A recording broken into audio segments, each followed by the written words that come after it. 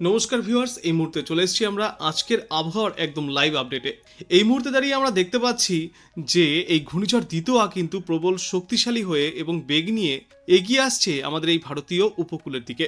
বর্তমান সময়ে এটি এই নাগাপত্তনম থেকে শুরু করে চেন্নাইয়ের মধ্যে এবং এই পন্ডিচেরির দিকে এগিয়ে আসছে। আর এর জেরে প্রবল ঝড় বৃষ্টির সম্ভাবনা রয়েছে এই উপকূলবর্তী এলাকাগুলিতে।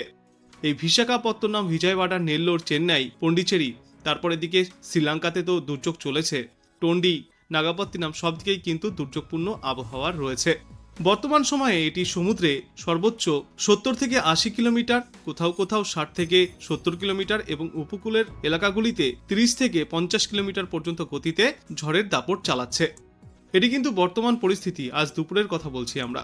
এবং আমরা যদি আরও কয়েকটা মডেল দেখি তো সেখানেও কিন্তু প্রায় একই রকম পরিস্থিতি দেখতে পাচ্ছি। কোথাও সামান্য কম দেখাচ্ছে ঝড়ের গতিবেগ, কিন্তু ভালোই হাওয়া বইছে এই উপকূলবর্তী এলাকায় এবং সমুদ্রের ওপরে। মোটামুটি আমাদের সামনে যে কটা মডেল আছে সব কটাতেই কিন্তু আমরা দেখতে পাচ্ছি যে এই একই এলাকায় এর জেরে দুর্যোগ চলছে এবং আজ সারা দিনভর এই দুর্যোগ জারি থাকবে। সমুদ্রে কোথাও কোথাও সর্বোচ্চ 70 কিলোমিটার, কোথাও কোথাও 74, সর্বোচ্চ দমকা হাওয়ার গতিবেগ পৌঁছাতে পারে 80 কিলোমিটারে। আর এর জেরে কিন্তু আগেই শ্রীলঙ্কায় প্রচুর ক্ষয়ক্ষতি হয়েছে, আর ভারতের এই উপকূলবর্তী এলাকাগুলিতেও কিন্তু কম ক্ষয়ক্ষতির সম্ভাবনা নেই। তো এই সমস্ত এলাকায় যারা রয়েছেন তাদেরকে আগেভাগেই সতর্ক থাকার পরামর্শ দেওয়া হচ্ছে। প্রচুর বৃষ্টি হবে, দমকা হাওয়া বইবে, বজ্রবিদ্যুৎ সহ বৃষ্টির সম্ভাবনাও কিন্তু রয়েছে এই সমস্ত এলাকাগুলিতে। আমরা দেখতে পাচ্ছি বর্তমান সময়ে এই নাগাপত্তিনাম এবং তার পার্শ্ববর্তী এলাকাগুলিতেও চলছে বজ্রবিদ্যুৎ সহ বৃষ্টি। প্রতি 3 ঘন্টায় কোথাও কোথাও 10 মিলিমিটার, কোথাও কোথাও সর্বোচ্চ 20 থেকে 21 মিলিমিটার পর্যন্ত বৃষ্টিপাত চলতে পারে। এবাদেও সমুদ্র উত্তাল থাকবে, সমুদ্রেও বৃষ্টি চলবে। চেন্নাই, নেল্লোর এসব দিকেও রয়েছে এই বৃষ্টির সম্ভাবনা। সর্বত্রই বজ্রবিদ্যুৎ সহ বৃষ্টি চলবে। বেঙ্গালুরু বলুন, তারপর কোয়েম্বাটুর বলুন, এদিকেও রয়েছে কিন্তু এই বৃষ্টির সম্ভাবনা।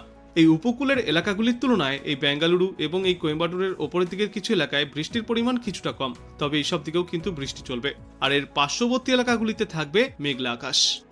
এরপর চলে এসেছি আমরা বাংলার আবহাওয়ার মানচিত্রে, যেখানে দেখতে পাচ্ছি যে মেঘমালাতে পশ্চিমবঙ্গ হোক বা বাংলাদেশ এই সমস্ত এলাকাগুলিতে সামান্য মেঘ ঢেকে রয়েছে। এবাদে শিলং, গুয়াহাটি এদিকেও রয়েছে একটু মেঘের পরিমাণ বেশি। অরুণাচল প্রদেশেও সামান্য মেঘ রয়েছে, সিকিমে মেঘ রয়েছে। তবে এই দক্ষিণ ভারতে যা অবস্থা, এমন কিন্তু কোনো দুর্যোগপূর্ণ আবহাওয়া দেখা যাবে না এই পশ্চিমবঙ্গ, বাংলাদেশ বা তার পার্শ্ববর্তী এলাকাগুলিতে। এই সিস্টেমের জেরে কিছুটা ঠান্ডার পরিমাণ কম থাকবে পশ্চিমবঙ্গ বা বাংলাদেশে, শীতের দাপট কম থাকবে। তবে আগামী 2 দিনেই কিন্তু এই পরিস্থিতির বদল আসতে চলেছে, পরিস্থিতির পরিবর্তন ঘটবে এবং মেঘ সরে গিয়ে আকাশ পরিষ্কারও হয়ে যাবে মোটামুটি আগামী বুধ থেকে বৃহস্পতিবারের মধ্যে। বৃহস্পতিবার অর্থাৎ 4 ডিসেম্বর থেকে সম্পূর্ণ মেঘমুক্ত পরিষ্কার রোদঝলমলে আকাশ দেখা যাবে। 5 তারিখও থাকবে এমনই পরিষ্কার রোদঝলমলে আবহাওয়া। এরপর যদি তাপমাত্রার কথা বলা হয়, দুপুরের দিকে বর্তমান সময়ে কলকাতা, তারপর উত্তর 24 পরগনা, দক্ষিণ 24 পরগনা, পশ্চিমা অঞ্চলের জেলা এবং সমগ্র পশ্চিমবাংলাতে গড়ে সর্বোচ্চ তাপমাত্রা থাকবে 26 থেকে 27 ডিগ্রি সেলসিয়াসে। আর বাংলাদেশেও গড়ে এই তাপমাত্রা থাকবে 26 থেকে 27 ডিগ্রি সেলসিয়াসে দুপুরের দিকে। আজকের পর আগামী কয়েকদিনও এই তাপমাত্রা প্রায় একই রকম থাকবে। দুপুরের দিকে তাপমাত্রায় বেশি হেরফের দেখা যাবে না। দুপুরের দিকে সর্বোচ্চ তাপমাত্রা এই 26 থেকে 28 ডিগ্রি সেলসিয়াসের মধ্যে থাকবে। অন্যদিকে যদি সর্বনিম্ন তাপমাত্রার কথা বলি আমরা, তো সেক্ষেত্রে আমরা দেখতে পাচ্ছি এই পশ্চিমবঙ্গ হোক বা বাংলাদেশ বা এদিকে পার্শ্ববর্তী এলাকা সর্বত্রই কিন্তু সর্বনিম্ন তাপমাত্রা কোথাও কোথাও 15, কোথাও কোথাও 16, কোথাও কোথাও সর্বোচ্চ 19 ডিগ্রি সেলসিয়াস এবং উত্তরের বেশিরভাগ জেলাতে থাকবে 15 থেকে 16 ডিগ্রি সেলসিয়াস। বাংলাদেশে এই তাপমাত্রা থাকবে 15 থেকে 18 ডিগ্রি সেলসিয়াসের মধ্যে। আজকের পর আগামীকালও সকালের দিকে আমরা দেখতে পাচ্ছি কলকাতায় সর্বনিম্ন তাপমাত্রা থাকবে 19 ডিগ্রি সেলসিয়াসে। তবে কোথাও কোথাও পরবর্তী সময়ে এই তাপমাত্রা আরো কমে 16 থেকে 17তেও পৌঁছাতে পারে। পশ্চিমা অঞ্চলের জেলাগুলিতে এই তাপমাত্রা থাকবে 13 থেকে 14 ডিগ্রি সেলসিয়াসে। মুর্শিদাবাদে থাকবে 15 ডিগ্রি সেলসিয়াসে। উত্তর দিনাজপুর, দক্ষিণ দিনাজপুর এবং মালদায় থাকবে 14 থেকে 15 ডিগ্রি সেলসিয়াস, কোথাও কোথাও সর্বোচ্চ 16 ডিগ্রি সেলসিয়াসে। এদিকে যদি দার্জিলিং এর কথা বলা হয়, দার্জিলিং এ কিন্তু সর্বনিম্ন তাপমাত্রা থাকবে 9 থেকে 10, সর্বোচ্চ 12 ডিগ্রি সেলসিয়াসে। শিলিগুড়ি, আলিপুরদুয়ারে থাকবে 15 থেকে 16 ডিগ্রি সেলসিয়াস। রংপুরে থাকবে 15, কালাইয়ে থাকবে 15, মালদায় থাকবে 16, এদিকে রাজশাহীতে থাকবে 16, মেহেরপুরে থাকবে 16, খুলনায় 16 ডিগ্রি সেলসিয়াস, কালাপাড়ায় 16 ডিগ্রি সেলসিয়াস। সুন্দরবন এরিয়াতেও এই তাপমাত্রা থাকবে 17 ডিগ্রি সেলসিয়াস।